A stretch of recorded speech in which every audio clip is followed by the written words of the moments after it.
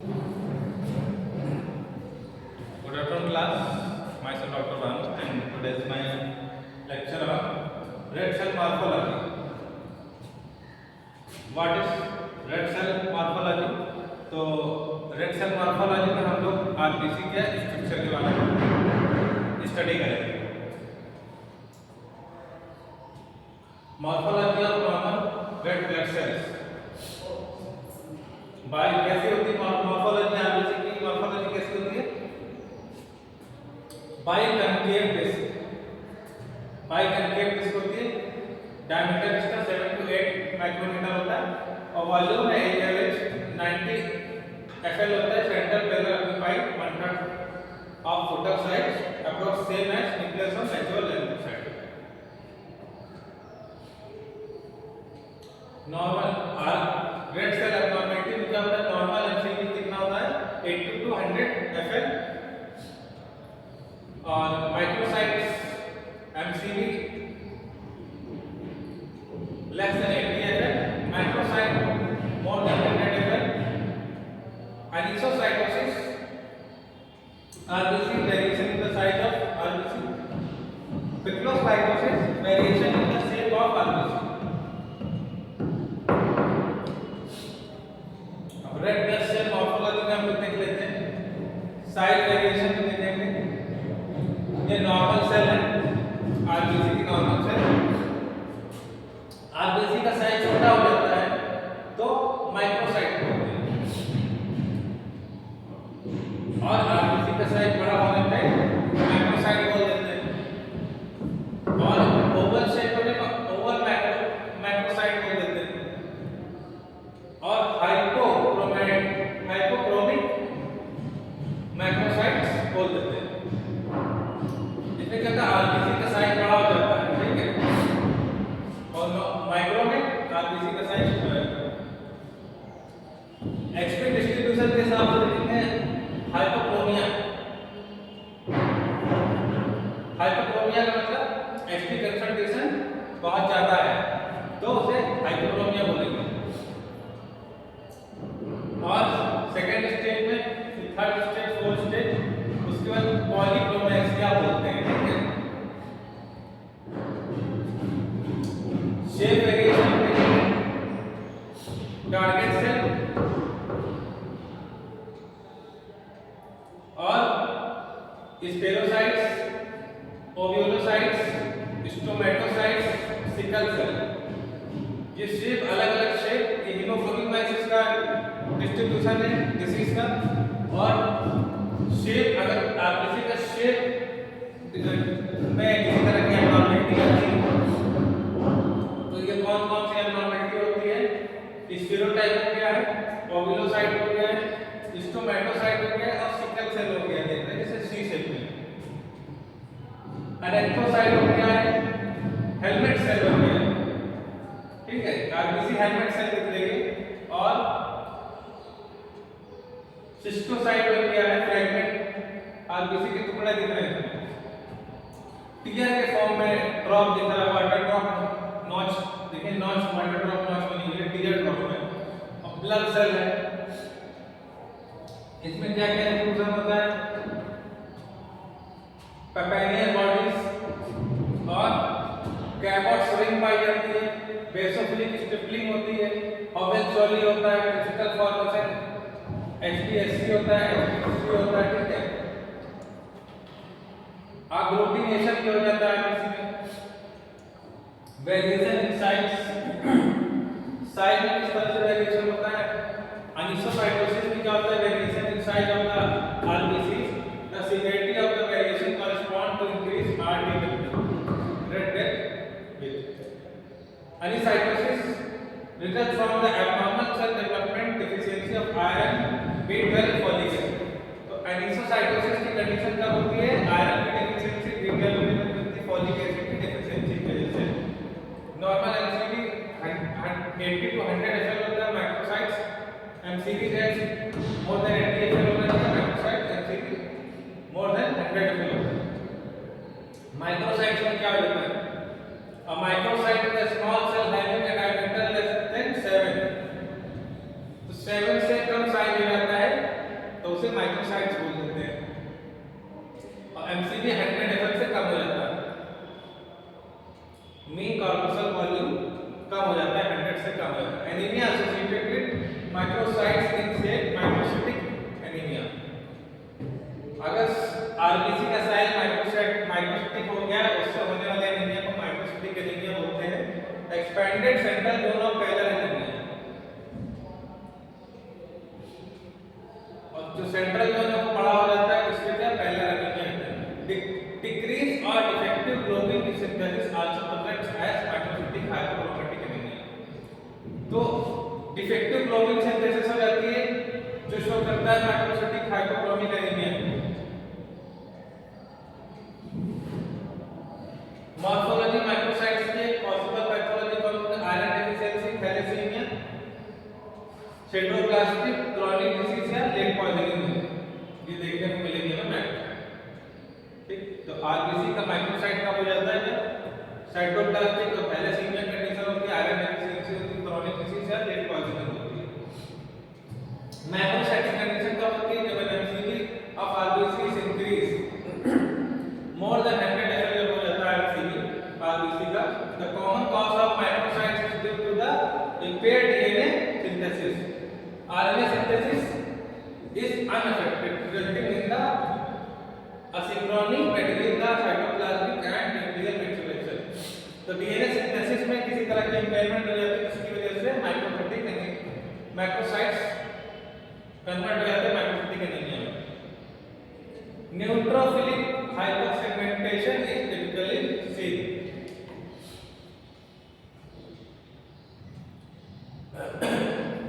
तो मैक्रोसाइट होने की वजह से कौन सी क्या क्या कारण हो सकता है मैक्रोसाइट होने के? आरबीसी के मेगालोब्लास्टिक प्रोसेस में क्या ओवल माइक्रोसाइट्स हो जाते हैं और फोलेट और मिनरल की डेफिशिएंसी की वजह से होता है। हाई रेटिकुलोसाइट काउंट हो जाता है, हीमोलिटिक एनीमिया की वजह से एक्यूट ब्लड लॉस हो जाए तो हाई रेटिकुलोसाइट काउंट हो जाएगा। लीवर डिजीज हो सकती है, उसमें क्या क्रोनिक अल्कोहलिज्म की वजह से हो सकता है। और पोस्ट स्प्लीनेक्टमी, स्प्लीन की सर्जरी होने के बाद स्प्लीन को रिमूव करने के बाद भी मैक्रोसाइटिक हो सकता है। हाइपोथायराइडिज्म की कंडीशन में भी मैक्रोसाइट हो सकते हैं। नॉर्मोसाइट्स एनीमिया क्या होता है? The average size of erythrocytes is indicated by the measurement of the MCV. RBC का एवरेज साइज रहता है एरिथ्रोसाइट का, normal MCV would correspond to the MCV reference range 80 to 100 ml. MCV 80 to 100 ml रहेगा। और subsequent review of the peripheral smear reveals no abnormality in the size variation. Peripheral smear में आपको किसी भी तरह की कोई abnormality नहीं देखने को मिलेगी normocytes में। This scenario is referred to as normocytic and red cells are referred as normocytes. तो जब कोई भी पेरिफेरल स्मेयर में कोई भी एब्नॉर्मलिटी देखने को नहीं मिलती है तो उसे नॉर्मोसाइटिक बोलते हैं। हीमोग्लोबिन कंटेंट कलर वेरिएशन में क्या हो सकता है?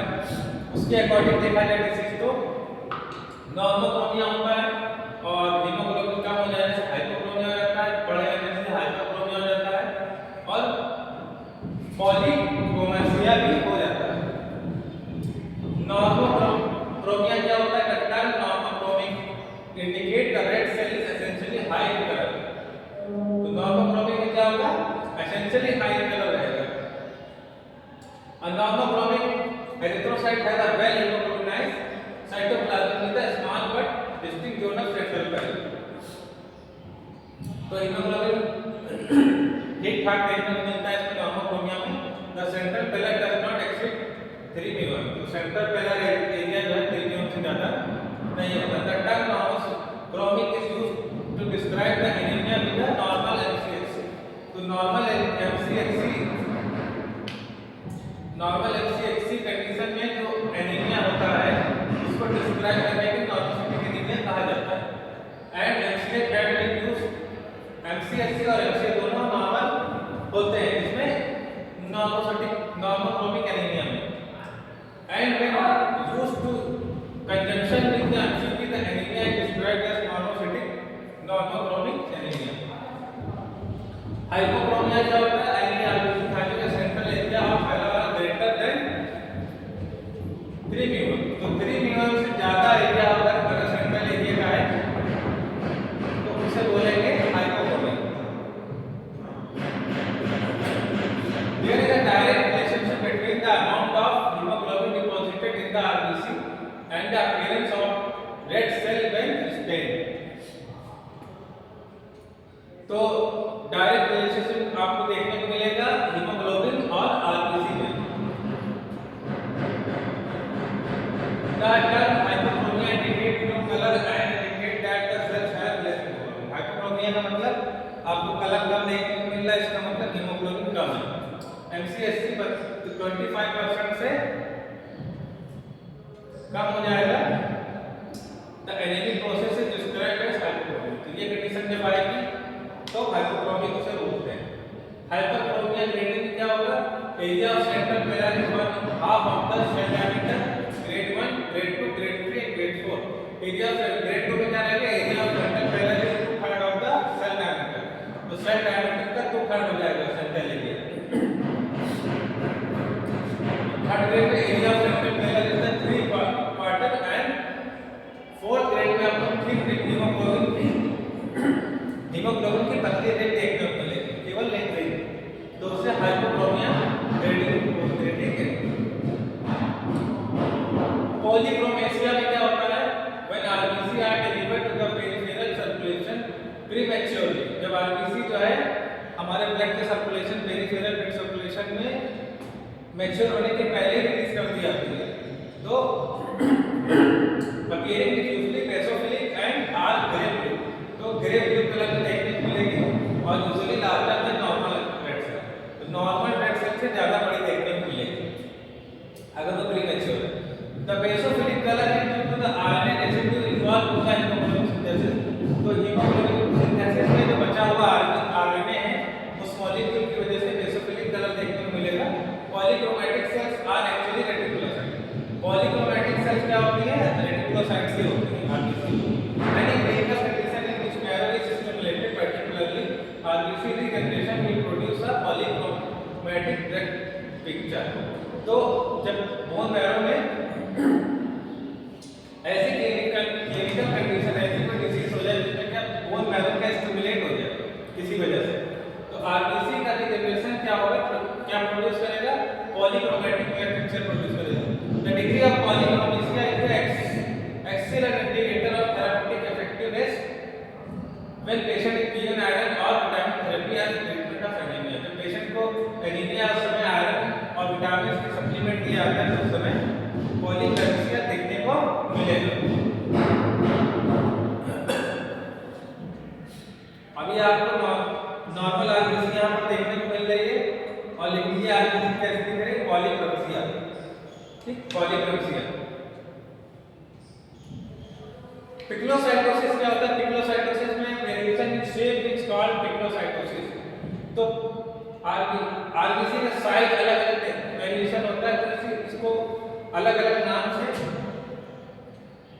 दिखाया गया। पिग्लोसाइटोसिस बोलते हैं शेप आरबीसी का वेरिएशन हो जाता है। उसमें स्पिरोसाइट्स होता है, एरियोटोसाइट्स होता है, टारगेट सेल, सिस्टोसाइट्स है, एक्टिनोसाइट्स है, केराटोसाइट्स है, एचिनोसाइट्स है, बाइट सेल, ऑवेल गर्ली बॉडीज, ये सब देखने को मिलती है शेप में। पिग्लोसाइटोसिस से बोलते हैं। स्पिरोसाइटोसिस में क्या होता है? Spherocyte are small dense spherical RBC. तो स्मॉल छोटे-छोटे डेंस फॉर्म में, कठोर फॉर्म में, डेंस मतलब कठोर, डेंस फॉर्म में आपको आरबीसी स्फेरिकल गोल शेप में देखने को मिलेंगे विद एब्सेंस ऑफ सेंट्रल पेरा। तो सेंट्रल का एरिया आपको देखने को नहीं मिलेगा because of the density they are easily seen in the peripheral sphere. तो अपनी डेंसिटी की वजह से पेरिफेरल स्फीयर में ये आसानी से देखने को मिलते हैं। This abnormality is due to the abnormality of the red cell membrane. तो रेड सेल मेम्ब्रेन की एब्नॉर्मैलिटी की वजह से देखने को ऐसी कंडीशन मिलती है। The detail mechanism for sparing in the congenital condition known as hereditary spherocytosis. तो हेरेडिटरी स्पायरोसाइटोसिस भी हो सकता है This is an inherited autosomal dominant condition is due to the deficiency of the membrane protein spectrin and three. Acquired cause of spherocytes are एबियोकम्पैटिबिलिटी की वजह से देखने को मिलेगा, ऑटोइम्यून इम्यूनिटी का एनीमिया हो सकता है, इन्फेक्शन में देखने को मिलेगा सीवियर माइल्ड और देखने को मिलेगा इलेक्ट्रोसाइट्स और ओवेलोसाइट्स। अब इसमें जो आपको शेप देखने को मिल रहा है तो ओवल थोड़ा ओवल शेप में देखने को मिल रहा है, जिसे ओवेलोसाइट्स भी बोलते हैं और इलेक्ट्रोसाइट्स बोलते हैं। Due to the result of morphological abnormality, due to the result of mechanical weakness की वजह से और मॉर्फोलॉजिकल एबनॉर्मलिटी की वजह से weakness of fragile of the membrane, membrane आपकी वीक होती है, फ्रेजाइल होती है, इस वजह से भी देखने को मिलेगा जो एक्वायर्ड और हेरिडिटरी दोनों हो सकता है। स्टोमेटोसाइट्स, स्टोमेटा आपको उसमें स्टोमेटा देखने को मिलेगा जैसे रेड सेल विद सेंट्रल पाई करके, सेंट्रली पाई करके हो जाएगा। तो centrally red cell with central पाई करके एरिया, जो सेंट्रल पाई करके एरिया होता है वो कैसा देखने को मिलेगा, slit like in right film, ठीक, सिकुड़ा हुआ दिखेगा। Wet film is appear as cup shape, wet film में कप शेप में देखने को मिलेगा। The abnormal morphology is due to the membrane defect, तो मेम्ब्रेन डिफेक्ट की वजह से प्रॉब्लम होती है स्टोमेटोसाइट्स की। लिवर डिसीज में, अल्कोहलिक सिरोसिस में, हेमोलिटिक एनीमिया में और हेरेडिटरी कंडीशन में आपको देखने को मिलेगा stomatocytes. Tear drop cells form में आपको आलरेडी देखने को मिलेगा। Tear drop cell appear in the peripheral circulation as tear drop as pear shape red cell, तो पियर शेप में देखने को मिलेगा। और एग्जैक्ट मैकेनिज्म नॉट नोन, इसके बारे में नहीं पता है एग्जैक्ट मैकेनिज्म क्या है। तो माइलोफाइब्रोसिस में देखने को मिलेगा, बोन माइलो इन्फिल्ट्रेशन में देखने को मिलेगा। Iron deficiency anaemia, megaloblastic anaemia में इस तरह की टीयर ड्रॉप सेल देखने को मिलेगी। Target cell in this central round stain area are peripheral ring of cytoplasm. Cell in thalassaemia, chronic liver disease, hereditary में और आयरन डेफिशिएंसी एनीमिया में, एलोग्लोमेरुलोपैथीज में, ठीक, और पोस्ट स्क्लेरोटोमी में देखने को मिलेगा।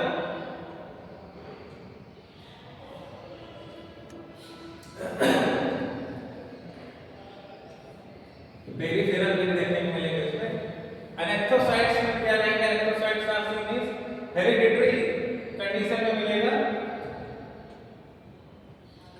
अबेटोप्रोटीनेमिया में हेरिडिटरी एनेक्टोसाइटोसिस में देखने को मिलेगा। End stage liver disease, liver की आखिरी स्टेज में देखने को मिलेगा, लीवर डिसीज की आखिरी स्टेज में देखने को मिलेगा।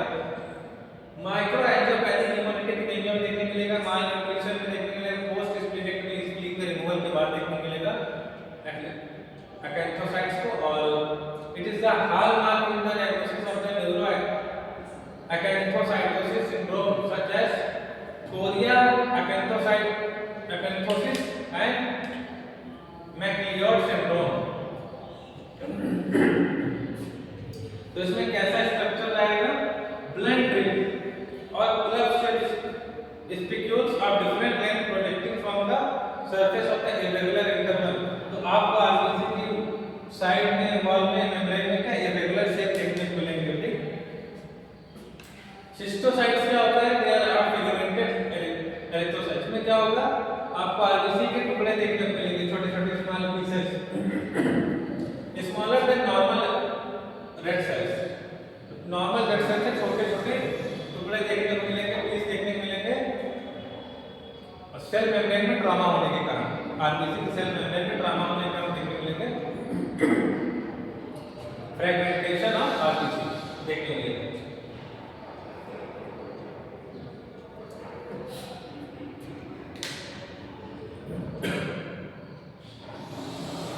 ठीक है, सिकल सेल देखने को मिलेगा।